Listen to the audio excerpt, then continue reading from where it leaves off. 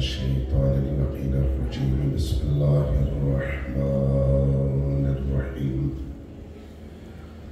الحمد لله رب العالمين بارئ الخلائق أجمعين، والصلاة والسلام على جميع الأنبياء والمرسلين، سيما من سمي في الآفاق بأحمد وفي الأرض بأبي القاسم محمد. اللهم صل على محمد وآل محمد. والصلاة والسلام على أولاده الطيبين الطاهرين المعصومين الميامين، واللعنة الدائمة على أعدائهم أجمعين من يوم عذابتهم إلى قيام يوم الدين. أما بعد، فقد قال الله تبارك وتعالى في كتابه المجيد وهو أصدق القائلين وقوله الحق. بسم الله الرحمن الرحيم. كنتم خير أمة أخرجت للناس تأمرون بالمعروف وتنهون عن المنكر. صلوات اللهم صل على محمد وآل محمد. کل رات میں نے آپ سے عرض کیا تھا کہ ان دو راتوں میں مجالس کا موضوع یہ امر بالمعروف اور نہی عن المنکر ہوگا.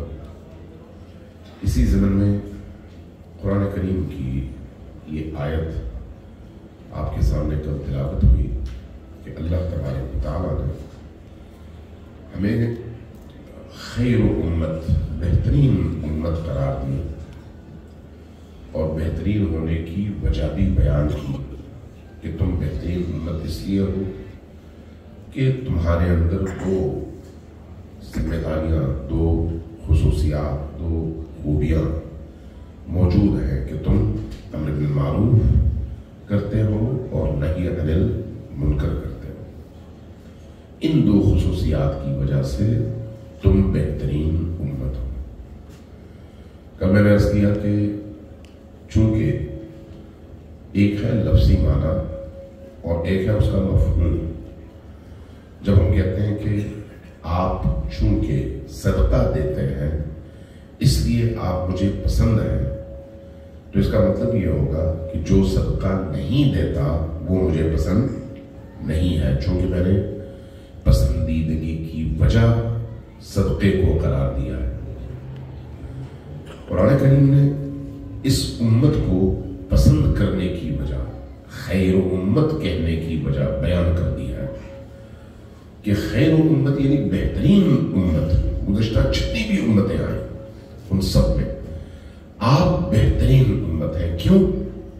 اس لیے کہ آپ امر بالمعروف کرتے ہیں اور نہی عن المنکر کرتے ہیں. اگر کوئی امت یہ چھوڑ دے تو وہ پھر بری امت ہے، وہ پھر بہترین امت نہیں ہے. کیونکہ یہ جو دو فرائض ہیں امر بالمعروف اور نہی عن المنکر، اگر آپ اپنے واجبات دینی کو دیکھیں تو جس طرح سے نماز فرض ہے اسی طرح سے امر بالمعروف فرض ہے. جس طرح سے روزہ فرض ہے اسی طرح سے امر بالمعروف فرض ہے. کوئی شخص اگر آپ کی فیملی میں بے نماز ہو تو اس کو معیوب سمجھتے ہیں آپ سب. وہ خود بھی سر اٹھا کر بات نہیں کر سکتا. کیوں؟ اس لیے یہ نماز ترک کر دیتا ہے. کوئی شخص اگر ماہ مبارک رمضان میں روزہ نہ رکھے، ملأ عام میں کھانا شروع کر دے بغیر کسی شرعی عذر کے، تو آپ اس کو پسند نہیں کرتے. معاشرہ اس کو دھتکار دیتا ہے، پسند نہیں کرتا. کیوں؟ اس لیے کہ اس نے وہ کام کیا ہے جو عرف میں معیوب اور برا سمجھا جاتا ہے. لیکن اگر آپ شرعی اعتبار سے دیکھیں تو شریعت نے 10 چیزیں ایسی بیان کی ہیں جو ہمارے فروعات دین میں سر فہرست ہے، جس میں یہی نماز ہے، روزہ ہے، زکوٰۃ ہے، حج ہے، خمس ہے، جہاں ہم ان 10 چیزوں کو بیان کرتے ہیں، نماز کو جتنی اہمیت دیتے ہیں آیا اتنی ہی اہمیت، یا روزے کو جتنی اہمیت دیتے ہیں، یا فرض کریں حج کو جتنی اہمیت دیتے ہیں، کیا اتنی ہی اہمیت ہم امر بالمعروف اور نہی عن المنکر کو بھی دیتے ہیں؟ جتنی اہمیت ہم تبلا اور تبرع کو دیتے ہیں، کیا اتنی ہی اہمیت ہم امر بالمعروف اور نہی عن المنکر کو بھی دیتے ہیں؟ آج اگر ایک شیعہ سے پوچھے، نماز نہ پڑھتا ہو، روزہ نہ رکھتا ہو اور کوئی فرائض بجا نہ لاتا ہو، لیکن جب تبرع اور تبلا کی بات ہوتی ہے تو بڑے زور سے نعرہ لگاتا ہے کہ میں تبلائی شیعہ، اور دوسروں کو جو بھی ہے بڑے زور کی لعنتیں بھیجتا ہے، کہتا ہے میں تبرعی شیعہ ہوں۔ تو وہاں پر ایمان نظر آتا ہے، تو پھر باقی امور کیا اس سے کم ہے؟ کیا ان کی اہمیت کم ہے؟ کیا ان کی فرضیت کم ہے؟ نہیں۔ پھر مشکل کیا ہے؟ مشکل یہ ہے کہ ہم نے دین کو پک اینڈ چوز کیا ہے، جو مجھے اچھا لگے اس کو میں نے منتخب کیا ہے، اور جو مجھے سوٹ نہ کرے اس کو ایک طرف رکھ دیا ہے۔ دین وہ ہے جس کو مجموعی طور پر A to Z سارا آپ قبول کریں، ہماری مرضی نہیں ہے، مرضی اس کی ہے جس نے دین دیا ہے۔ لہذا جب ہمیں اسلام کو قبول کرنا ہے، دین کو قبول کرنا ہے، تو دین کے تمام احکام کو قبول کرنا ہے، کسی ایک کو چھوڑ کر دوسرے کو قبول نہیں کرنا۔ اب اگر دین میں موجود ان تمام احکام کی قدر و قیمت اور ویلیوز کو آپ دیکھیں تو آپ کو حیرت ہوگی۔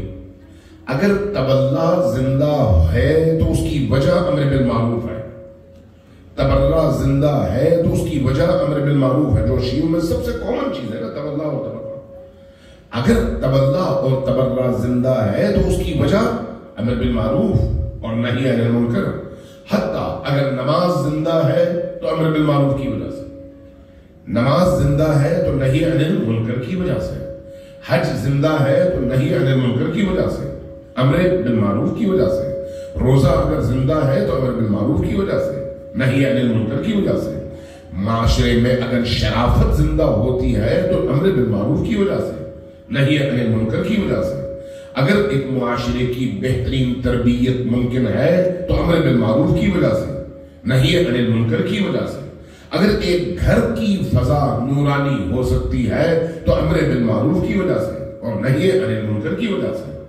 اس لیے میں رسول کریم کی حدیث پڑھ رہا تھا، یا امیر المؤمنین کی بھی، کہ باقی تمام اعمال دین کے جتنے بھی اعمال ہیں، ان تمام اعمال کے مقابلے میں امر بالمعروف اور نہی عن المنکر کی کیا حیثیت ہے، اور امر بالمعروف اور نہی عن المنکر کے مقابلے میں باقی تمام دینی احکام کی کیا حیثیت ہے؟ فرمایا کہ سمندر کے مقابلے میں لعاب دہن کی حیثیت ہے باقی تمام اعمال کی۔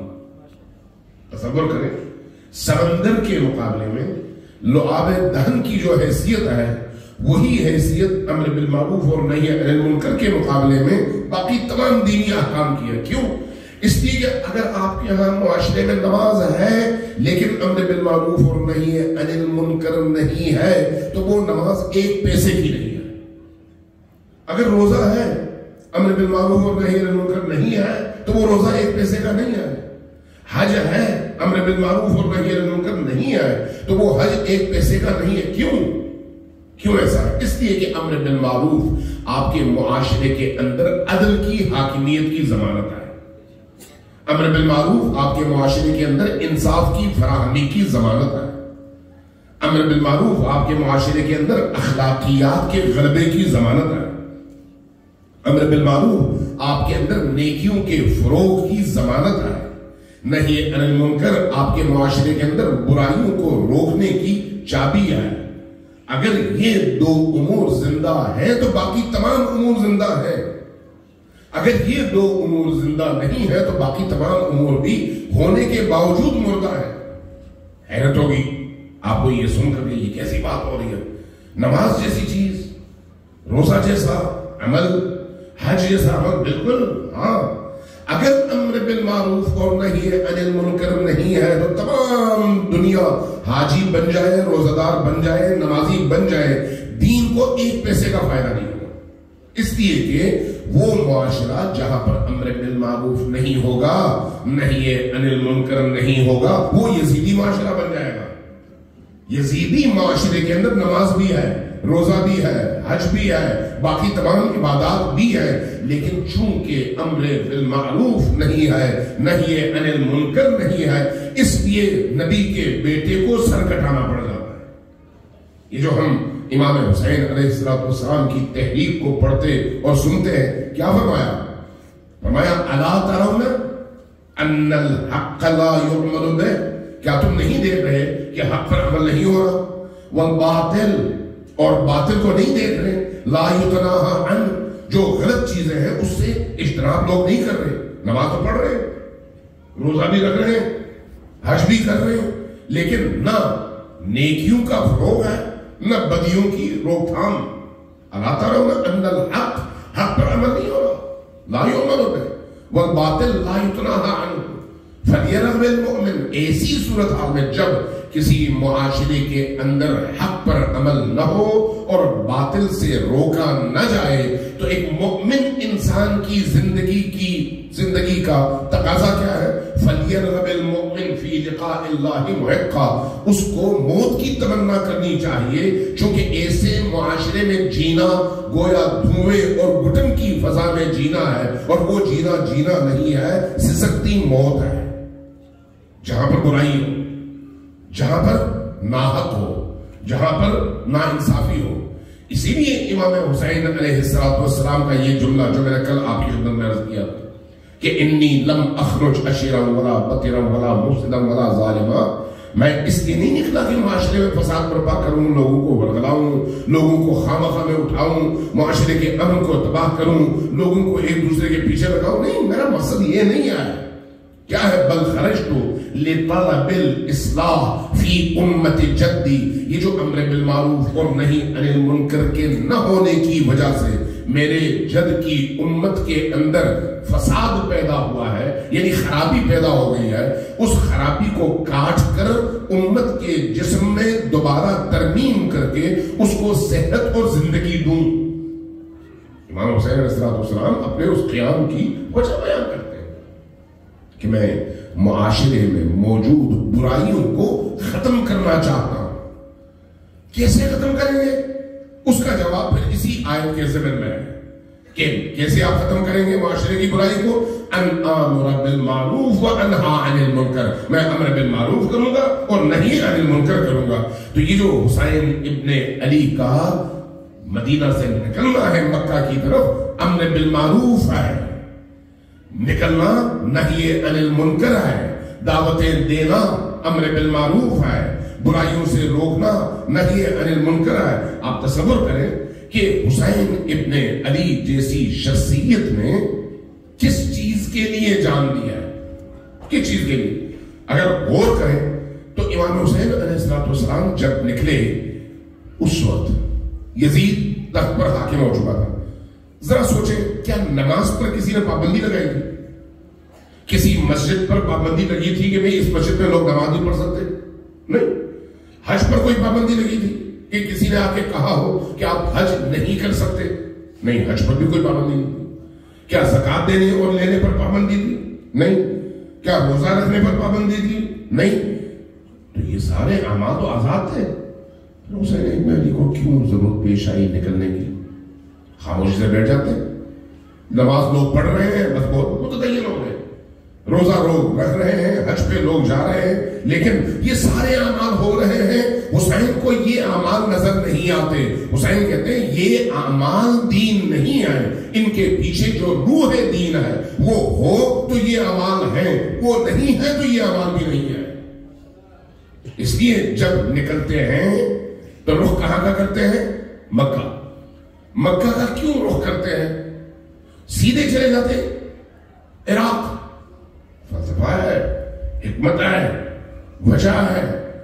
مکہ جائیں گے، رکیں گے. مکہ وہ سرزمین ہے جہاں پر حج کے ایام میں پوری دنیا سے توحید پرست لوگ مکہ کا رخ کرتے ہیں. حج سے بہت پہلے آ کے مکہ میں رہنا شروع کر دیتے ہیں. حسین ابن علی جب مکہ میں ہوں گے تو تمام لوگوں کو پتا چل جائے گا کہ فرزند رسول مکہ میں ہے. اس زمانے میں 60 ہجری میں ایک ہی فرزند رسول باقی ہے زمین کے سینے پر, جس کو ہم حسین ابن علی علیہ السلام کہتے ہیں. ایک ہی فرزند. اس لیے تمام امت کی توجہ ہے کہ فرزند رسول کی ایک زیارت ہو جائے, فرزند رسول سے ملاقات ہو جائے, فرزند رسول کی صحبت میں چند لمحے بیٹھنا نصیب ہو جائے. دور دور سے لوگ آئے ہوئے ہیں, نبی کے عاشق ہیں لیکن روح دین سے آشنا نہیں ہے. دین کے عاشق ہیں, دین کے احکام پر عمل کرنا چاہتے ہیں لیکن روح دین سے آشنا نہیں ہے. اس لیے دین سمجھ کر جو کام کر رہے ہیں وہ کام تو درست ہے, لیکن اس کے ذریعے سے جو معاشرے کے اندر تبدیلی آنی چاہیے وہ اس لیے ممکن نہیں ہے کہ اس تبدیلی کے لیے جس روح کی ضرورت ہے وہ روح ان لوگوں کو چھو کر نہیں گزری. یہی وجہ ہے کہ امام حسین علیہ السلام رخ کرتے ہیں کہاں کا؟ مکہ کا. مکہ میں ٹھہرتے ہیں اور ٹھہرنے کے بعد کب تک ٹھہرتے ہیں یہ خود ایک بہت بڑا ہتھوڑا ہے انسانی ذہنوں پر برسانے کے لیے. 8 ذی الحج تک. 8 ذی الحج کا مطلب ہے لوگ 8 ذی الحج کو جاتے ہیں, جا کے یہ جو 3 مختلف مقامات ہیں, منا ہے, مزدلفہ ہے, مشعر ہے, ان علاقوں میں جب جاتے ہیں تو خاص اعمال ہیں. ان اعمال کی بجا آوری کے بعد, قربانی کے بعد, احرام سے فارغ ہونے کے بعد حاجی کہلاتے ہیں. اور سخت ترین اعمال ہیں گرمیوں کے موسم میں خصوصاً. امام حسین علیہ السلام 7 ذی الحج تک تو خود مکہ میں موجود ہے. ساری دنیا تیاری کر رہی ہے احرام پہن کر. احرام پہن کر کس چیز کی؟ حج کی, تاکہ وہ حج بچا لا سکیں. ایسے میں دیکھتے ہیں بھئی وہ جو خود حج کی روح ہے حسین ابن علی, وہ جو نبی کا آخری بیٹا ہے, وہ جو وارث علم نبوت ہے, وہ اس حج کو چھوڑ رہا ہے اور جا رہا ہے. ہے نا ایک بہت بڑا سوال کہ بھئی ہم ساری دنیا سے دور دور سے آئے ہیں مکہ اور امام حسین جا رہے ہیں مکہ چھوڑ کر. کیوں؟ جب وہ وجہ بیان کرتے ہیں تو سمجھ آتی ہے کہ بھئی وہ حج جس کے اندر امر بالمعروف نہ ہو, نہی عن المنکر نہ ہو, برائیوں سے روکا نہ جا سکے, اچھائیوں کا حکم نہ دیا جا سکے, بدترین لوگ تم پر حاکم ہو جائیں, بہترین لوگ قدموں تلے کچلے جائیں, اللہ کے دین کی قدریں پامال ہوں, ابلیسی اور شیطانی قدروں کو فروغ دیا جائے, اور ان تمام قدروں اور ویلیوز کو دیکھتے ہوئے, پامال ہوتے ہوئے دیکھ کر اہل ایمان کچھ نہ بولے, اور ان برائیوں کو عام ہوتے دیکھ کر کوئی شخص اعتراض کے لیے لب نہ کھولے, تو پھر یہ حج کیسا حج ہے اور وہ نماز کیسی نماز ہے. یہاں پر امر بالمعروف کا عمل سب سے زیادہ ضروری ہے. اس لیے جب آپ کہتے ہیں نماز, تو نماز زمین پر ٹکرے مارنے کا نام تو نہیں ہے. نماز ایاک نعبد و ایاک نستعین کا نام ہے, اہدنا الصراط المستقیم کا نام ہے, صراط الذین انعمت علیہم کا نام ہے, غیر المغضوب علیہم کا نام ہے. یعنی ان لوگوں پر جن پر اللہ نے غضب کیا ہے ان کے رستے پر چلنے سے میں رکوں. اگر ان کا رستہ زندہ ہو اور میں بھی اسی رستے پر چل پڑوں اور نماز بھی پڑھوں تو میں نماز کے ذریعے سے خود کو دھوکہ دے رہا ہوں. جب میں نماز پڑھ رہا ہوں اور نماز میں کہہ رہا ہوں اہدنا الصراط المستقیم, اور چل صراط مستقیم کی جگہ صراط یزید پڑھوں, یزید جو کچھ کہتا ہے وہ میں کرتا چلا جا رہا ہوں. وہ یزید چاہے میرے اندر کا یزید ہو, میرے گھر کا یزید ہو, محلے کا یزید ہو, ملک کا یزید ہو یا دنیا کا یزید ہو, ہر انسان کے اندر ایک فرعون اور ایک یزید موجود ہے. ہر انسان کے اندر ایک رحمانی قوت بھی موجود ہے. اب دیکھنا یہ ہے کہ میں اپنے اس اندر کے یزید کو روکنے میں کامیاب ہو رہا ہوں یا نہیں, اپنے گھر کی یزیدیت کو روکنے میں کامیاب ہو رہا ہوں یا نہیں, اپنے معاشرے کی یزیدیت کو, یزیدیت یعنی برائی, خلاصہ کیا جائے تو یزیدیت یعنی برائی، حسینیت یعنی حسن و جمال و انسانیت اور خوبی، اگر تقسیم کریں تو یہی بنتا ہے۔ تو اس لیے امر بالمعروف اور نہی عن المنکر فرعون کی فرعونیت کے خاتمے کے لیے قدم ہے، چاہے وہ فرعون میں خود ہوں یا میرا بچہ ہے یا بیوی ہے یا گھر کا ماحول ہے یا میرے محلے کا ماحول ہے یا میرا سسٹم ہے یا میرے ملک کے اوپر نافذ نظام ہے، جو بھی ہے، جو بھی مجھے برائی کی طرف لے کر جائے وہ فرعونیت ہے، وہ یزیدیت ہے، اور اس سے روکنا امر بالمعروف ہے۔ اس کو روکنے کی کوشش کے لیے قدم اٹھانا، چاہے زبان کے ذریعے سے ہو، چاہے دل سے نفرت کر کے ہو، چاہے ہاتھ کے ذریعے سے اور طاقت کے ذریعے سے ہو، یہ نہی عن المنکر ہے۔ اس لیے نہی عن المنکر اور امر بالمعروف کو امیر المؤمنین علی ابن ابی طالب علیہ السلام نے باقی تمام عبادات کی نسبت کہا کہ یہ سمندر ہے، باقی تمام عبادتیں لعاب دہن کی طرح سے، منہ میں جتنا پانی جمع ہوتا ہے۔ اتنا اہم۔ اس لیے جب امر بالمعروف کی بات آتی ہے تو کوئی یہ نہ سمجھے کہ یزید کے مقابلے میں کلمہ حق بلند کرنا یعنی یزید ابن معاویہ کے مقابلے میں وہی امر بالمعروف ہے، نہیں۔ جہاں بھی کوئی برائی سر اٹھائے اس برائی کو روکنے کے لیے لب کھولنا امر بالمعروف ہے، اور جہاں کوئی نیکی فراموش ہو جائے اس نیکی، فراموش شدہ نیکی کو زندہ کرنے کے لیے لب کھولنا، قدم اٹھانا امر بالمعروف ہے، برائی کو روکنا نہی عن المنکر ہے۔ سبحان اللہ محمد اللہم صلی علی محمد وآل محمد۔ ایک بار پھر ذرا اونچی آواز سے بات کیجیے محمد اللہم صلی علی محمد محمد۔ عزیزان اکرام، یعنی اپنے ذہن کو ذرا بھی کھولے، صرف یزید ابن معاویہ پر فوکس نہ کرے، کھولے ہر وہ چیز جو ہمیں اللہ اور اہل البیت کے رستے سے منحرف کر دے وہ گمراہی ہے، اور ہر وہ قوت جو ہمیں اس رستے سے ہٹانے میں ممد اور معاون ثابت ہو وہ یزیدیت ہے، چاہے وہ یزید ابن معاویہ کا کردار ہو یا کسی اور کا۔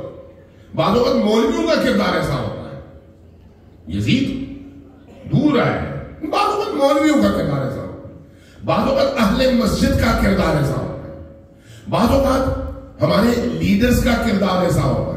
اس لیے ہر وہ چیز جو ہمیں اللہ اور رسول کی اہل البیت کے رستے سے ہٹانے کا سبب بنے وہ یزیدیت ہے، اور وہاں پر نہی عن المنکر مجھ پر اور آپ پر فرض ہے۔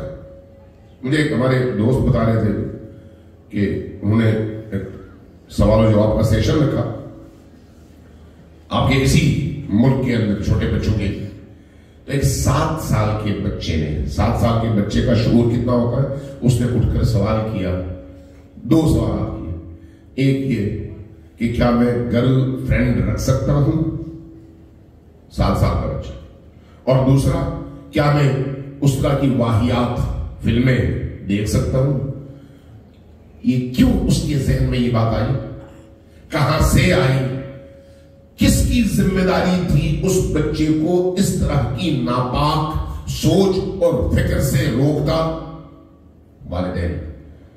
یہ عمل کیا ہے، امر بالمعروف اور نہی عن المنکر، یعنی صرف وہ یزید ابن معاویہ نہیں، صرف وہ فرعون نہیں، یہ جو میرے اپنے گھر میں میرا اپنا بچہ اس رستے پر چلنے کے لیے مستعد ہے، اور میں جس نظام میں جی رہا ہوں اس نظام کی خرابیوں کو اس بچے تک روکنے میں میں شعوری طور پر کردار ادا نہیں کرتا تو میں آمر بالمعروف نہیں ہوں اور نہی عن المنکر نہیں ہوں، اور اس بچے کی خرابی میں جتنا بھی حصہ ہے اس میں سب سے بڑا حصہ میرا ہے، کیونکہ میں نے امر بالمعروف نہیں کیا، نہی عن المنکر نہیں کیا۔ اس لیے یہ یاد رکھے کہ کسی بھی معاشرے کے اندر یکدم چیزیں تبدیل نہیں ہوتی۔ کل میں نے 2-3 مثالیں دی تھی آپ کو، اگر آپ کو یاد ہو، آج چونکہ کچھ حضرات باہر سے آئے ہوئے ان کو یاد نہیں ہوگی، ان کو نہیں پتا ہوگا، لیکن میں نے کچھ مثالیں دی تھی. کوئی بھی برائی ایک دم اس معاشرے کے اندر چھاتی نہیں ہے. میں نے کل مثال دی تھی کہ نبی کریم کے اپنے دور میں جو خوبیاں تھیں اس معاشرے کے اندر، خلیفہ اول کے دور میں وہ ساری خوبیاں ختم نہیں ہوئی، موجود تھیں. ہاں اکا دکا کچھ معاملات ایسے ہوئے، لیکن جب حکومت مستقر ہو گئی تو پھر وہ نیکیاں ابھی باقی تھیں.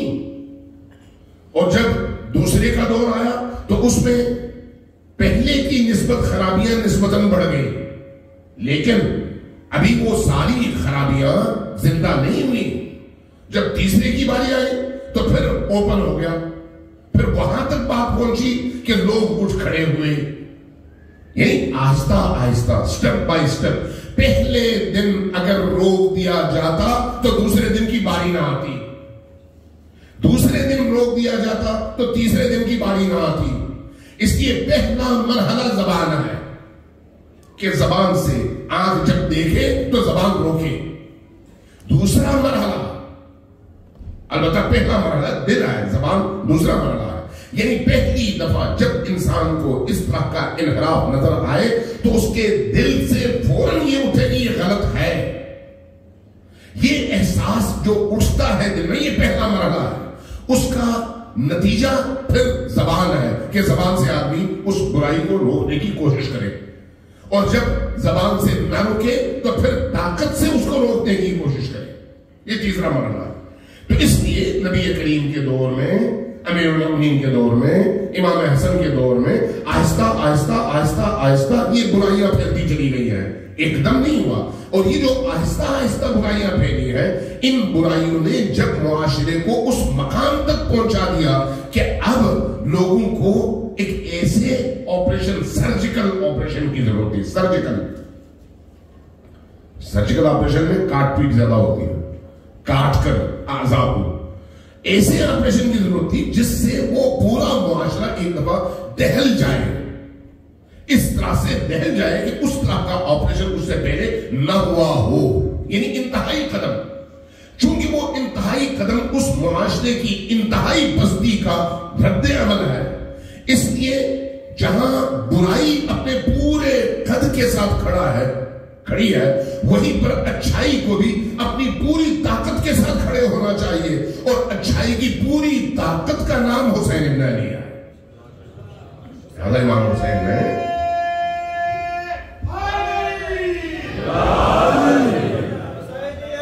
زندہ باد، زندہ باد، مرد آباد، مرد آباد.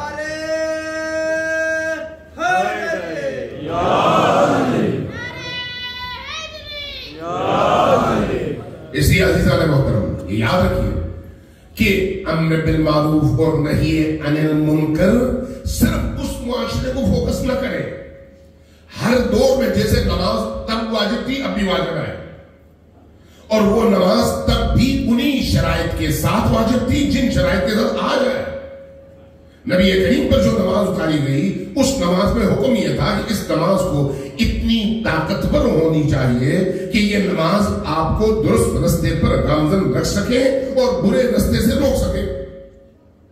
اور اسی کی طرف قرآن نے اشارہ کیا، ان الصلاۃ تنہی عن الفحشاء والمنکر.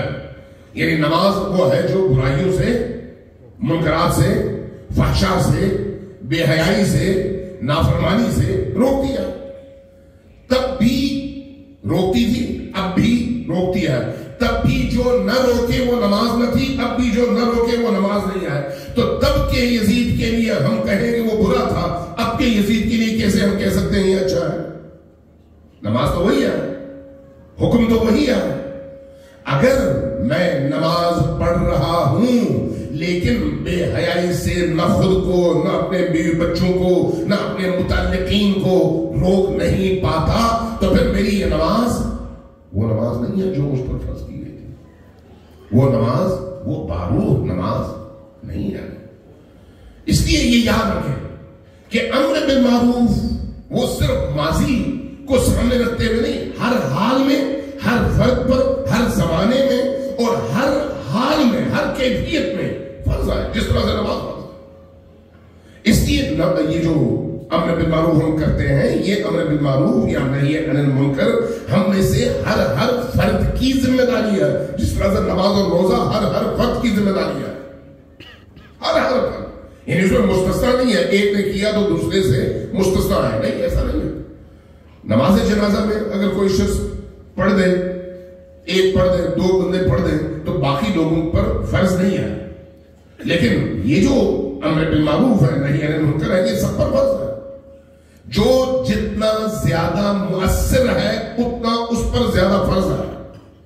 گھر میں باپ زیادہ مؤثر ہے اس پر زیادہ فرض ہے، بھائی زیادہ مؤثر ہے اس پر زیادہ فرض ہے. جتنی جس میں طاقت ہے اتنا وہ پابند ہے اس کا، امر بالمعروف کا بھی اور نہی عن المنکر کا بھی. سب آپ دیکھیں محمد وعلیہ اللہم صل علی محمد. یہ جو ہمیں کہا گیا نا ادخلوا فی السلم کافہ، پوری طرح سے داخل ہو جاؤ. تو دین کو پوری طرح سے جب تک ہم نہ اپنائیں اس وقت تک ہم دیندار بن نہیں سکتے. ہمارا ہر عمل محفوظ ہے. ہر عمل اس وقت آپ کے یہ جو سامنے موبائل وغیرہ لگے ہوئے ہیں، اس میں آپ کی گفتگو، آپ کے چہرے، آپ کے تاثرات، یہ چیزیں محفوظ ہو جاتی ہیں. لیکن جو اللہ کا کیمرہ ہے اس میں صرف تصویر نہیں ہے، حقائق ہے.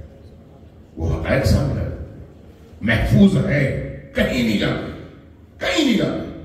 اس لیے جیسے ہی اس دنیا کی زندگی سے ہمارا رابطہ منقطع ہوگا ادھر کا کیمرہ آن ہو جائے گا. اب جب ادھر کا کیمرہ آن ہوگا تو ہم بار بار کہیں، قسمیں اٹھائیں یہ میں نہیں تھا، لیکن جب تصویر سامنے آئے گی تو میں انکار نہیں کر سکتا. وہاں پر اس دنیا سے چیزیں مختلف ہیں. یہاں چہرہ دکھائی دے گا، نیتیں دکھائی نہیں دیں گی. یہاں صرف رنگ دکھائی دے گا، اندر کی دنیا دکھائی نہیں دے گی. لیکن وہاں جو کچھ اندر ہے وہ سب کچھ سامنے آ جائے گا.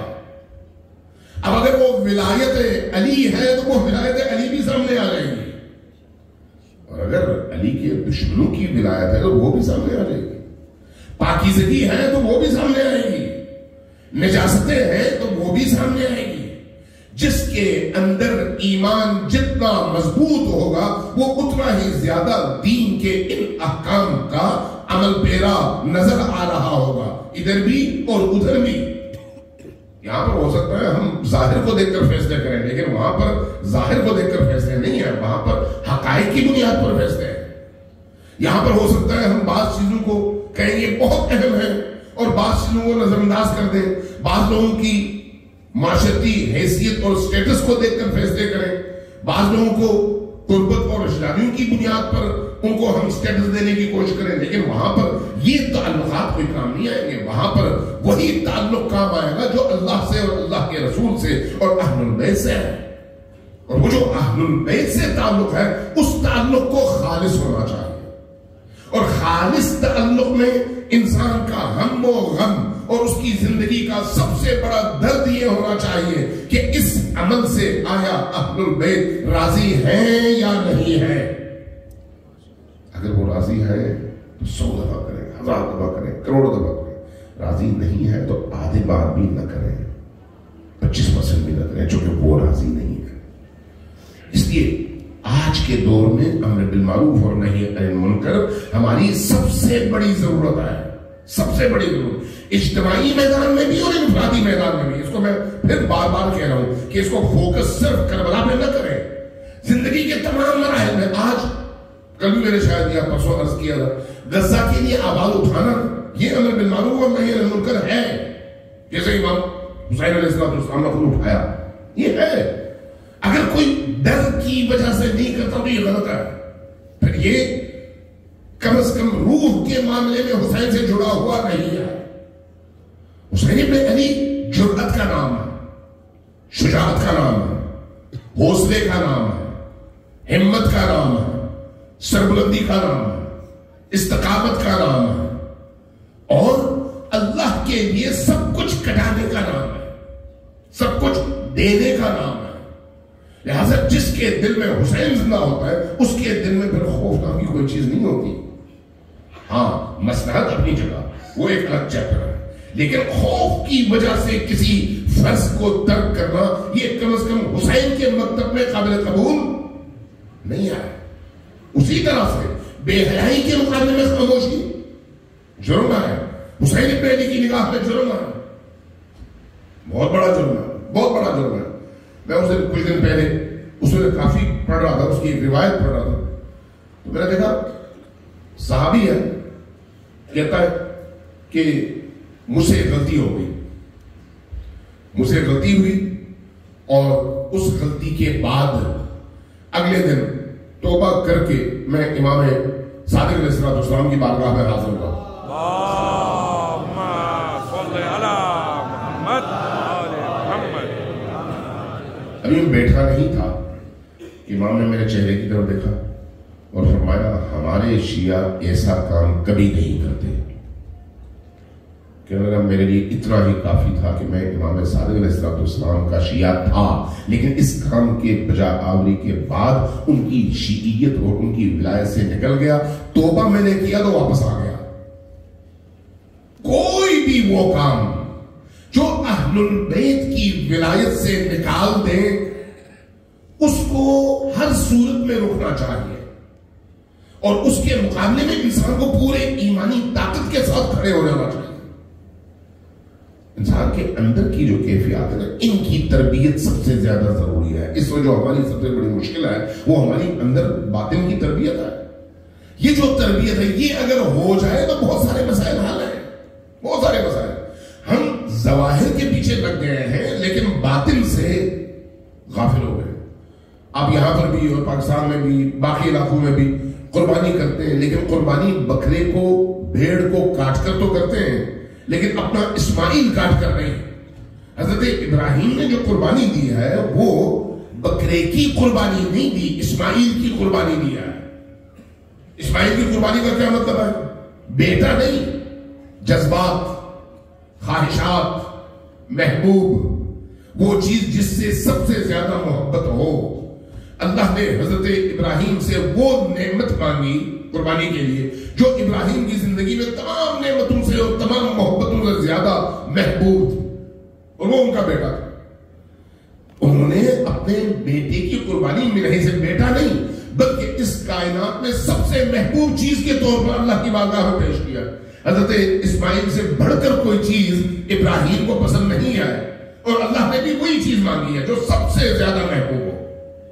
اور ابراہیم نے جب یہ قربانی دی ہے تو اس قربانی کو اللہ نے تمام بنی نوع آدم میں سے مسلمانوں اور مؤمنین کا جو انتخاب عمل میں آیا ان پر فرض کیا کہ جاؤ پر اب تم نے منا میں یہ قربانی دینی ہے اور گھروں میں تمہارے لیے مستحب ہے یہ کام کرو. تو بکرا ثانوی حیثیت رکھتا ہے، سمبولک. اسی طرح جس طرح سے جب آپ منا میں جاتے ہیں تو ان پتھروں کو، پتھر کے بنائے ہوئے شیاطین کو، 3 شیاطین کو کنکریاں مارتے ہیں، سمبولک ہے. کیوں؟ اس کی کہ آپ کو یاد رہے کہ آپ نے شیطان سے دوستی نہیں کرنی، دشمنی کرنی ہے. سمبولک. یہ جو بکری کی قربانی ہے یہ بھی سمبولک ہے. آپ نے ذبح کرنا ہے کھانے کے لیے نہیں، کھلانے کے لیے. آپ نے ذبح کرنا ہے اپنے محبوب چیز کو. لیکن اصل جو قربانی ہے وہ کیا ہے؟ وہ یہ ہے کہ میں اپنی زندگی میں جو میرا اسماعیل ہے اس کو قربان کروں. میری زندگی میں بعض اوقات پیسہ اسماعیل ہے، بعض اوقات شہرت اسماعیل ہے، بعض اوقات شہوت اسماعیل ہے، بعض اوقات میری زندگی میں کوئی ایسی چیز محبوب ہے، فرض کریں گاڑی ہے، کوئی اور چیز ہے. یہ چیزیں میری زندگی میں اسماعیل ہے. جہاں ایسی کوئی چیز مجھے اللہ تک پہنچنے سے روکے وہاں پر میں اس اسماعیل کو قربان کر سکوں تو میں ابراہیم کی ملت کا فرد بھی ہوں اور حسین ابن علی کا پیروکار بھی ہوں. سوات جنت اللہم صلی علی محمد وآل محمد. ایک دفعہ ذرا اونچی آواز سے سوات بجے گا. اللہم صلی علی محمد وآل محمد. تو عزیزان کرام، عزیزان کرام، اللہ نے ہمیں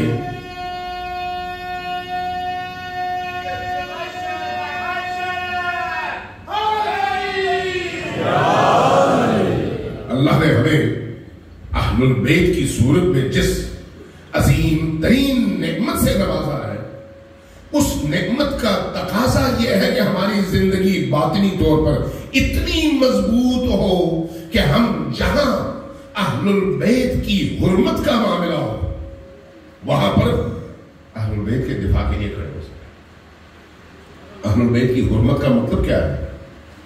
ان سے دشمن نہیں، ان کے دشمن نہیں، جہاں ان کے بتائے ہوئے رستے کو کوئی پامال کرے تو وہ ہمارے لیے ناموس کا مسئلہ ہونا چاہیے، وہ ہمارے لیے عزت نفس کا مسئلہ بننا چاہیے۔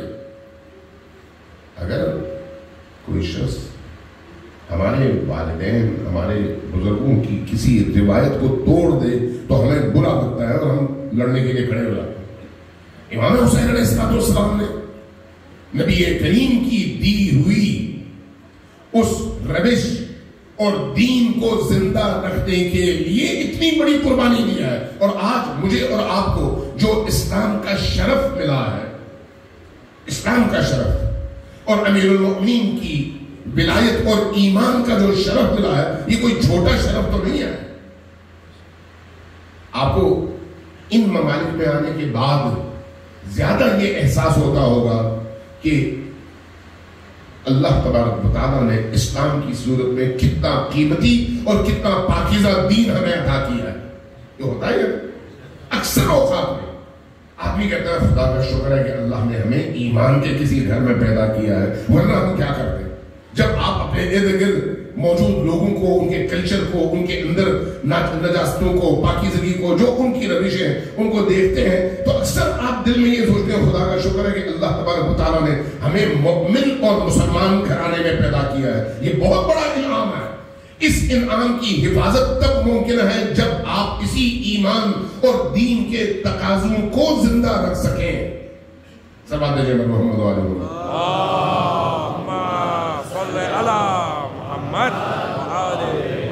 تھوڑا آگے آ جائیں، پیچھے والوں کو شاید جگہ نہیں مل رہی، کہہ رہے ذرا آگے آ جائیں۔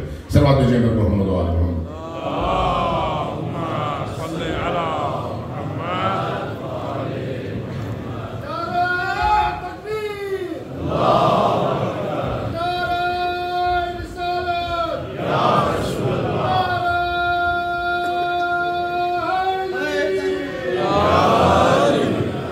حقیقت ہے یہ کہ اللہ تبارک و تعالیٰ نے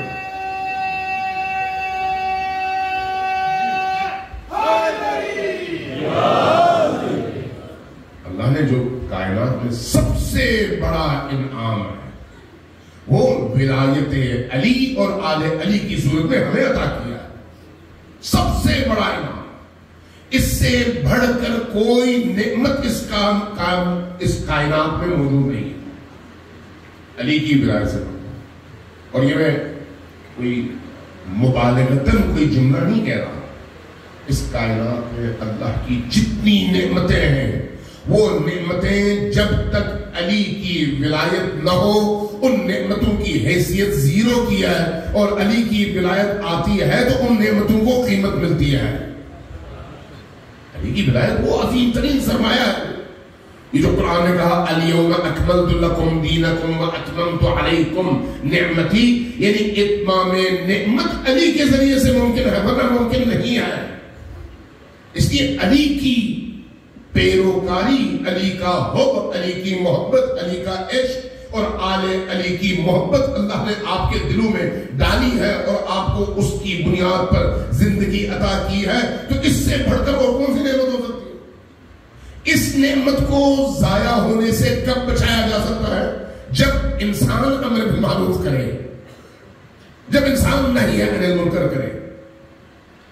آج جس چیز کی سب سے زیادہ ضرورت ہے وہ یہی ہے کہ اپنے بچوں کو بچائیں، اپنے بچوں کے اندر ولایت پیدا کریں، اپنے بچوں کو دین سے جوڑیں، اپنے بچوں کو ان نجاستوں سے ہر صورت میں بچانے کی کوشش کریں، اپنے بچوں کو اپنے گھروں میں اتنا ان کو اینٹی بایوٹک دیں، اینٹی بایوٹک یعنی دوا نہیں، فکر کہ اس طرح کی نجاستوں کو وہ قریب بھی نہ آنے دیں۔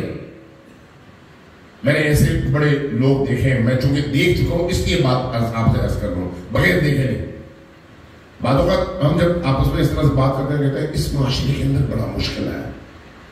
میں کہتا ہوں یار میں نے فلان خانوادہ دیکھ لوں, فلان خاندان دیکھ لوں, فلان خاندان دیکھ لوں, اس خاندان میں میں نے خود دیکھا کہ بچے ہیں اور وہ بچے اسی معاشرے میں, ویسٹ کے معاشرے میں, اسی آلودہ معاشرے میں, اسی آلودہ نظام تعلیم میں, لیکن تربیت کی وجہ سے اتنے پاکیزہ کہ میں ان کے پیچھے نماز پڑھتا ہوں اور مجھے ایک لذت فیل ہوتی ہے. کیوں؟ اس لیے کہ اتنے پاک, باکردار, حرام سے بچنے والے, حلال اور جو واجبات اور فرائض ہیں ان کے انتہائی سخت پابند اسی معاشرے کے اندر, اسی معاشرے سے مراد یعنی ویسٹ کے اندر, مغربی معاشرے کے اندر, جس کا مطلب ہے ممکن ہے. اور خصوصاً اگر انسان کے اندر حساسیت ہو, بعض لوگ دیکھیں تھوڑی سی اگر سردی آئے تو فوراً وہ سردی اثر کرتی ہے, تھوڑی سی گرمی ہو تو وہ گرمی اثر کرتی ہے, یعنی بدن حساس ہوتا ہے, اس لیے اس کے آنے سے پہلے اپنا بچاؤ کر لیتے ہیں. اور بعض لوگوں کو فرق نہیں پڑتا. ابھی بھی آپ اسی آپ کے میلبرن کے شہر میں جب آپ جاتے ہیں تو بعض لوگوں کو دیکھتے ہیں نیکریں پہن کے گھوم رہے ہیں سخت ترین سردی میں, ان کو وہ سردی شاید کچھ نہیں بولتی. لیکن بہت سارے لوگ نہیں بھائی, کئی ایک شلواریں پہن کر, گرم کپڑے پہن کر جب نکلتے ہیں پھر بھی ٹھٹرنے لگتے ہیں. حساس ہے جسے. روح بھی اسی طرح سے حساس ہے. اس روح کی حساسیت کو برائی کے مقابلے میں زندہ رکھیں.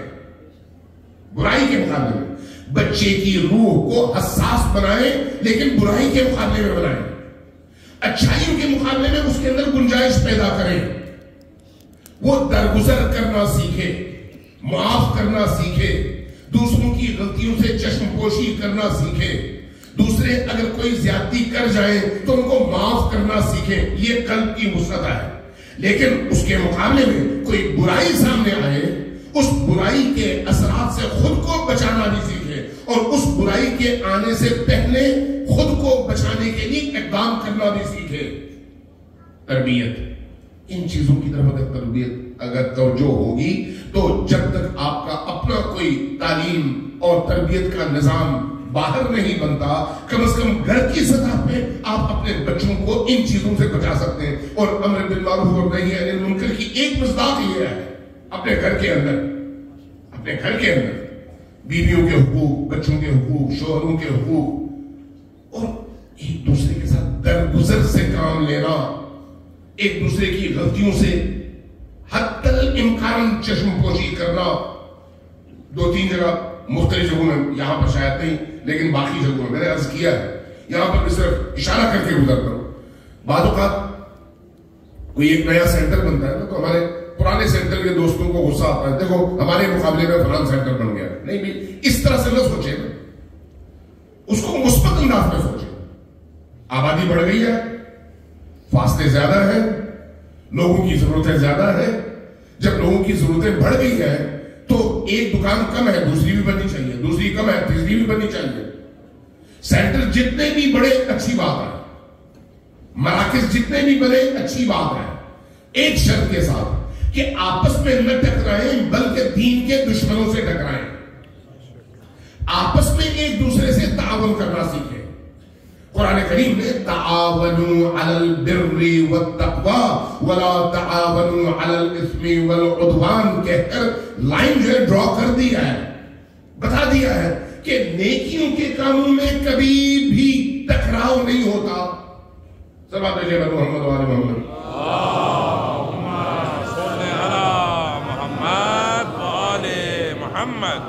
نیکیوں کے کاموں میں ٹکراؤ نہیں ہوتا. اس لیے فرض کریں اگر آپ کے پاس ایک عالم آتا ہے تو آپ کی کوشش یہ ہونی چاہیے کہ اس عالم سے سب استفادہ کریں.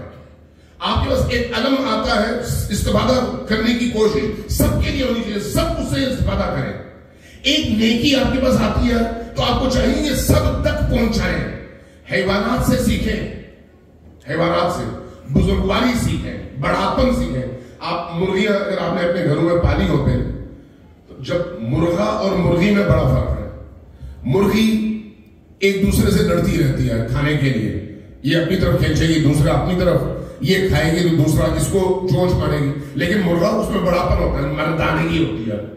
تو اس لیے مرغے کو آپ کہیں پر کوئی چیز مل جائے نا، کیڑے مکوڑے مل جائیں، کھانے کی خوراک مل جائے، تو وہ فوراً آواز دے کر جتنی مرغیاں ہیں سب کو بلاتا ہے، آؤ کھاؤ. یہ مردانگی ہے. بعض جانوروں میں بعض خاص ایسی خصوصیات ہیں. انسان کو کہا گیا ان اچھی خصوصیات کو اپناؤ. جہاں نیکیاں ہیں ان نیکیوں کے فروغ میں ہم سب کو حصہ دار بننا چاہیے. کوئی آپ یہ دیکھیں، جب تک ہمارے اپنے اندر کے ابلیس کی تسکین نہ ہو تو ہم مطمئن نہیں ہوتے. اس ابلیس کو مارے نا تاکہ اس کے بعد تسکین کی ضرورت ہی نہ پڑے. مشکل ہماری کیا ہے؟ مشکل ہماری یہ ہے کہ ہم ایسے معاملات میں اپنی اندر کی خواہشات کو دین کا لباس پہنا دیتے ہیں. کہتے ہیں ہم خدمت کر رہے ہیں، دوسرا ہم سے جل رہا ہے. نہیں بھائی، ایسا نہیں ہے. آپ اگر اپنے آپ کو خالص سمجھتے ہیں تو دوسرے کو بھی خالص سمجھیں، دوسروں کو بھی اجازت دیں، دوسروں کو بھی یہ موقع دیں کہ وہ بھی خدمت کر سکیں. کاموں کو تقسیم کریں، فرائض کو تقسیم کریں، ذمہ داریوں کو تقسیم کریں. جتنا کام آپ بانٹیں گے اتنا آسان تر، اور جتنا آپ دوسروں کو قریب لائیں گے اتنا معاشرے کے اندر خلفشار اور برائیوں کا خاتمہ. اچھائی کبھی بھی اختلاف نہیں ڈالتی. میری اس بات کو غور سے سنیں میں کیا کہہ رہا ہوں. اچھائی کی وجہ سے اختلاف پیدا نہیں ہوتا.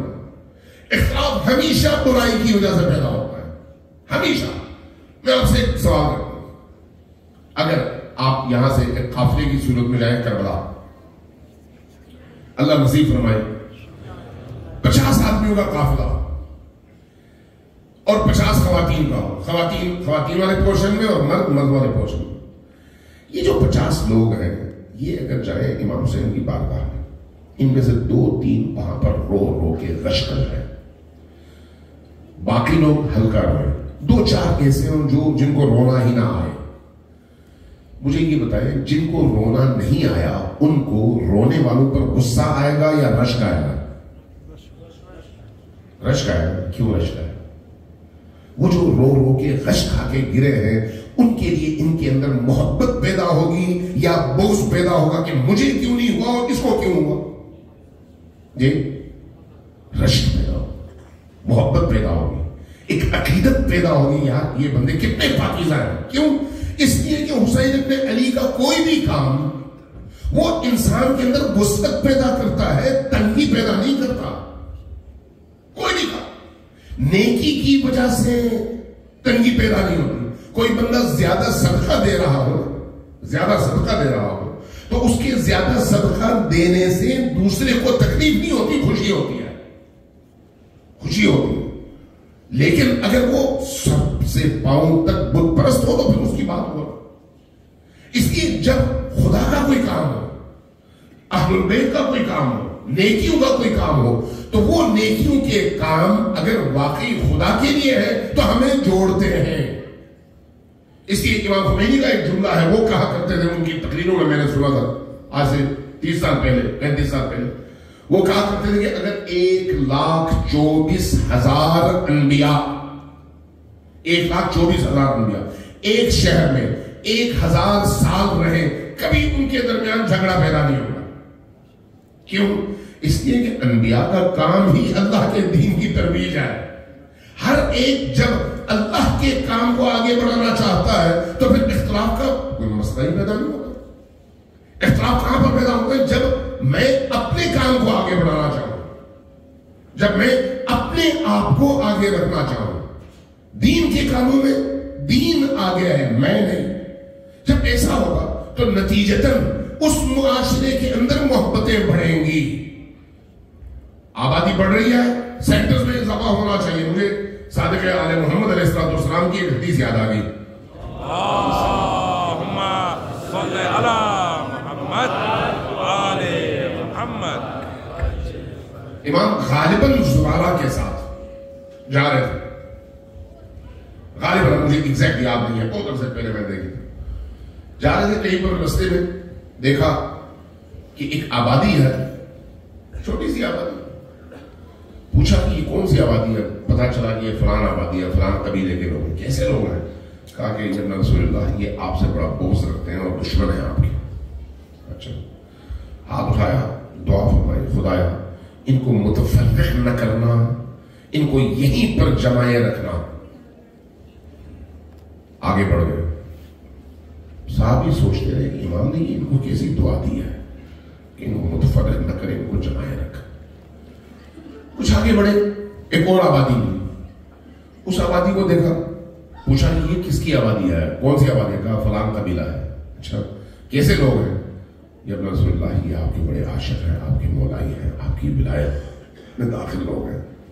ہاتھ اٹھایا, دعا فرمائے, خدایا ان کو متفرق کر دے اور پھیلا دے. جو یہ سنا تو صحابی سے اب برداشت نہیں ہوا, تحمل نہیں ہو سکا. ادھر دعا دی, ادھر بد دعا دی. پوچھنے لگا کہ یہ اپنا رسول اللہ مجھے ان دعاؤں کی حکمت بتائیے. فرمایا دیکھو وہ معاشرہ ہمارے دشمنوں کا ہے, ہمارے دشمن نجس ہیں, نجاست پھیلتی ہے تو بدبو پھیلتی ہے, اس لیے میں نے اللہ سے دعا کی کہ اس نجاست کو وہیں پر رکھے, جمائے رکھے, اس کو پھیلنے سے روکے. یہ ہمارے محبوں کا معاشرہ ہے, یہ نور ہے, یہ اچھائی ہے, یہ ویلیوز کا نام ہے, خوبیاں ہیں. میں نے دعا کی کہ اللہ ان کو منتشر کرے, یہ پوری دنیا میں پھیل جائیں, جہاں جائیں گے ہمارا نور پھیلائیں گے, جہاں جائیں گے ہماری ولایت پھیلائیں گے. اس لیے یاد رکھیں یہ جو آپ یہاں پر آئے ہیں, ایک زمانہ تھا, مجھے وہ دوستوں نے بتایا کہ یہاں پر وہ سینٹر تھا, ایک ہی سینٹر, آج 35 سے زیادہ سینٹر ہے. تو یہ کیسے ہوا ہے؟ اہل البیت کے ذکر کے ذریعے سے. اور جتنی اس طرح کی چیزوں میں اضافہ ہوتا چلا جائے گا وہ زمینیں پاک اور نورانی ہوتی چلی جائیں گی اور اہل البیت کا ذکر عام ہوتا چلا جائے گا.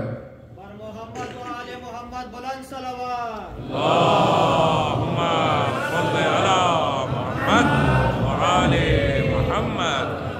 اسی بس ایک ہی چیز کا خیال رکھیں کہ اہل البیت کے معاملے میں ایک دوسرے کے ساتھ حسادت معنی نہیں رکھتا, جلن معنی نہیں رکھتا, مقابلہ بازی معنی نہیں رکھتا. کیوں؟ اس لیے کہ اہل البیت کے معاملے میں جو بھی آگے نکل جائے, پیچھے رہنے والے کو اس سے پیار ہوتا ہے, نفرت نہیں ہوتی. ممکن نہیں ہے چونکہ وہ پاکیزگی کا سفر ہے نا بھائی. پاکیزگی کے سفر جو بندہ زیادہ نمازیں پڑھے آپ کو کبھی بھی اس سے چڑ نہیں ہوتی, آپ کو خوشی ہوتی ہے, یار بڑا نیک آدمی ہے. جو زیادہ عطا کرے آپ کو خوشی ہوتی ہے, جو زیادہ گریہ کرے آپ کو خوشی ہوتی ہے. کب؟ جب آپ کے اندر پاکیزگی ہوگی, ہمارے اندر پاکیزگی ہوگی. اس لیے یہ پاکیزگی اگر ہم اپنے اندر پیدا کر سکیں کہ دوسرے کے ان نیک کاموں کو پھیلانے میں اپنا رول ادا کر سکیں, تو یقین جانیں آپ نے یہاں پر بھی اسی سینٹر میں دیکھ لیا ہوگا ابتدا میں کیا صورتحال تھی, آج کیا صورتحال ہے. اور مجھے یقین ہے کہ آنے والا وقت اسی پاکیزگی کے ساتھ, اسی نیک نیتی کے ساتھ, اسی للہیت اور اخلاص کے ساتھ عمل اگر انجام پاتا ہے تو ایک وقت آئے گا آپ کو ان تمام بلڈنگز کو لینے کے بعد بھی خالی جگہ نہیں ملے گی. کیوں؟ جو کام اللہ کا ہے اس میں اللہ برکت دیتا ہے, جس کی زندہ مثال آپ خود ہیں, ابھی آپ دیکھ رہے ہیں. اس لیے نیکی کے کاموں میں یہ امر بالمعروف ہے, نیکی کے کاموں میں ایک دوسرے سے تعاون کریں اور برائی کے کاموں میں ایک دوسرے کو روکنے کی کوشش کریں. یہ امر بالمعروف ہے اور وہ نہی عن منکر ہے. سب باتیں جی بن محمد و آل محمد.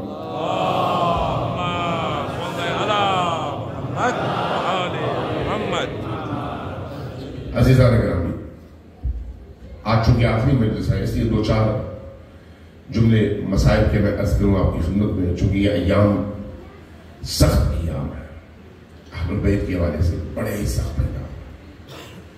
اس معنی میں بھی سخت ہے کہ کربلا میں عاشور سے پہلے مسائل کی نوعیت اور تھی.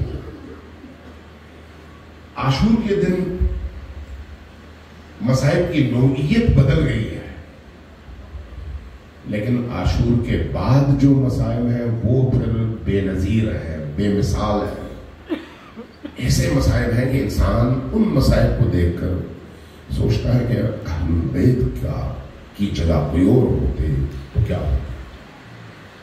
اہل البیت واقعی صبر اور استقامت کے پہاڑ کا نام ہے، صبر اور استقامت کے پہاڑ کا نام۔ میں ایک روایت ہی بیان کر دوں اور اسی پر اپنی گفتگو ختم کروں گا۔ منہال اصحاب ائمہ میں سے، اصحاب امام سجاد میں سے۔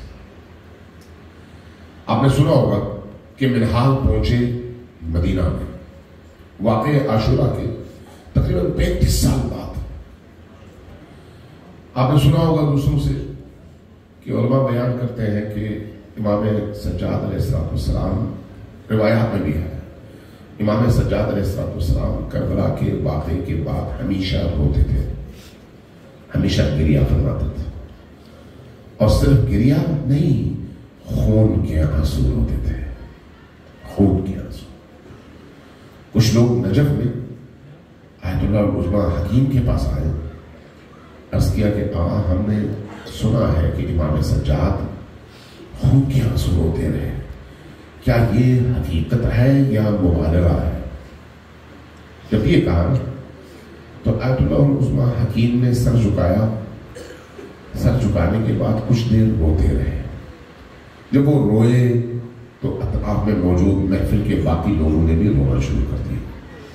جیب سے رومال نکالا، اپنی آنکھوں پہ رکھا اور کافی دیر روتے رہے۔ رونے کے بعد جب سر اٹھایا تو رومال رکھا نیچے، تو سامنے والوں نے دیکھا کہ اس رومال میں جگہ جگہ خون کے قطرے ہیں۔ جب یہ دیکھا تو گھبرا گئے، پوچھا کہ یہ کیا ہوا، آپ کی آنکھوں سے خون؟ ایک عجیب جملہ کہا، دیکھو میں کربلا میں خود نہیں تھا، میں نے کربلا میں ان مظالم کو اپنی آنکھوں سے نہیں دیکھا، لیکن آج 1400 سالوں کے بعد بھی جب میں سنتا ہوں تو میری آنکھوں سے خون کے قطرے نکلتے ہیں۔ لیکن سید الساجدین نے تو اپنی آنکھوں سے دیکھا ہے، سید الساجدین نے خیموں کو جلتے ہوئے خود دیکھا ہے، سید الساجدین نے بہنوں کے سروں سے چادروں کو چھلتے ہوئے خود دیکھا ہے، سید الساجدین نے ان پاکیزہ ترین لاشوں کو گھوڑوں کے سموں تلے پامال ہوتے ہوئے خود دیکھا ہے، سید الساجدین نے معصوم سکینہ کے رخسار پر تماچے لگتے ہوئے دیکھا ہے، سید الساجدین نے ان بیویوں کی بے حرمتی اور ان کو بے پناہ سواریوں پہ سوار کرتے ہوئے اور چلاتے ہوئے خود دیکھا ہے۔ جب سید الساجدین نے یہ سارے مظالم اپنی آنکھوں سے دیکھے ہیں تو اگر وہ خون کے آنسو روئے تو تمہیں تعجب کیوں ہے؟ کیوں تعجب ہے؟ منہال جب آیا نا امام کی بارگاہ میں تو دروازے پہ دستک دی، غلام نے دروازہ کھولا، بتایا کہ میں منہال ہوں، مولا کی بارگاہ میں آنا چاہتا ہوں۔ مولا نے اجازت دی، چھت پہ گئے، دیکھا مولا تشریف فرما ہے، امام سجاد ہے، تشریف فرما ہے، لیکن منظر کیا ہے؟ آگے پانی کا ایک دشت ہے اور اس دشت کی طرف دیکھ رہے ہیں اور مسلسل آنسو بہا رہے ہیں۔ جب یہ منظر دیکھا تو پوچھا کہ مولا کربلا کے واقعے کو 3 دہائیاں گزر گئی ہے اور ابھی بھی آپ اس طرح سے رو رہے ہیں؟ جیسے یہ کہا امام سجاد نے سر اٹھایا، منہال کے چہرے کی طرف دیکھا اور اس کے بعد فرمایا، منہال تم نے ظلم کیا ہے، تم نے ظلم کیا ہے۔ کہا مولا وہ کیسے؟ کہا کہ حضرت یعقوب کا ایک بیٹا ان کی نگاہوں کے سامنے سے اوجل ہو گیا تھا، مرا نہیں تھا، زندہ تھا، لیکن صرف نگاہوں سے اوجل ہوا تھا۔ وہ اتنا روئے کہ آنکھیں سفید ہو گئی۔ تمہیں نہیں معلوم کہ میری آنکھوں کے سامنے 18 یوسف ذبح کر دیے گئے؟ کیا تمہیں نہیں معلوم کہ میرے 18 یوسفوں کو ذبح کرنے کے بعد ان کے جسموں اور ان کی لاشوں کو گھوڑوں کے سموں تلے پامال کیا گیا اور ان کے جسم کے گوشت ان کی ہڈیوں سے جدا ہوئے؟ کیا تمہیں نہیں معلوم؟ اگر میں نہ رہوں تو کون روئے؟ جب یہ کہا تو منہال نے پلٹ کر ایک جملہ کہا کہ مولا یہ شہادتیں تو آپ کے لیے ورثہ ہے، شہادتیں تو آپ کے لیے اعزاز ہے۔ جیسے یہ کہا امام زین العابدین کے رونے کی آواز بلند ہوئی، روتے ہوئے فرمانے لگے، منہال تم نے ایک اور ظلم کیا۔ کہا وہ کیسے؟ کہا کہ ہاں شہادتیں ہمارے لیے ورثہ ہے، لیکن نبی زادیوں کا بازاروں میں پھرایا جانا بھی ورثہ ہے۔ کیا پھپھیوں کے سروں سے چادروں کا چھلنا بھی ہمارا ورثہ ہے؟ کیا بازاروں اور نامحرموں کے درمیان رسول زادیوں اور فاطمہ کی بیٹیوں کا پھرایا جانا بھی ہمارا ورثہ ہے؟ جیسے ہی یہ کہا سید ساجدین نے ایک نگاہ اٹھائی اور پھر منحال نے پلٹ کر کہا مولا ذرا بتائیے سب سے زیادہ سخت ایام کہاں کے تھے؟ جیسے ہی یہ کہا تو امام پھر روئے، روتے ہوئے کہنے لگے الشام الشام الشام۔ پوچھا مولا کیا ہوا تھا؟ جواب میں فرمایا کہ شام کے گلی کوچوں کی صورتحال بالکل عجیب تھی، عجیب تھی۔ وہ کیسی؟ جب ہمیں دمشق کے بازار میں پہنچایا جا رہا تھا تو ہمیں بازار کے باہر روک دیا گیا اور گھنٹوں ہم باہر انتظار میں رہے۔ کیوں؟ اس لیے کہ یزید کی طرف سے اجازت کی ضرورت تھی، اور جب اجازت ملی تو ہم نے دیکھا بازار کو اس قمقموں سے سجایا گیا تھا اور لوگ رقص کر رہے تھے، خواتین دھن بجا رہی تھیں اور ہمارا استقبال ایسے کیا جا رہا تھا جیسے یہودی اور مسیحی قیدیوں کا استقبال کیا جاتا تھا۔ جب ہم شہر میں داخل ہوئے تو منظر یہ تھا کہ شہر میں ارد گرد گھروں کی چھتوں پر عورتیں بھی تھیں اور مرد بھی تھے، لیکن عورتوں کے ہاتھ میں، کسی کے ہاتھ میں گھر کا کچرا تھا، کسی کے ہاتھ میں ابلتا ہوا دیگچی کا پانی تھا، کسی کے ہاتھ میں کوئلے تھے اور انگارے تھے۔ ہماری صورتحال یہ تھی کہ میرے ہاتھ پسے پشت بندھے ہوئے تھے، بیویوں کے ہاتھ بندھے ہوئے تھے۔ جب ان ظالموں نے وہ گرم پانی پھینکنا شروع کر دیا، گھر کا کچرا پھینکنا شروع کر دیا، پتھر پھینکنا شروع کر دیا، تو ایک خبیث نے انگارہ پھینکا۔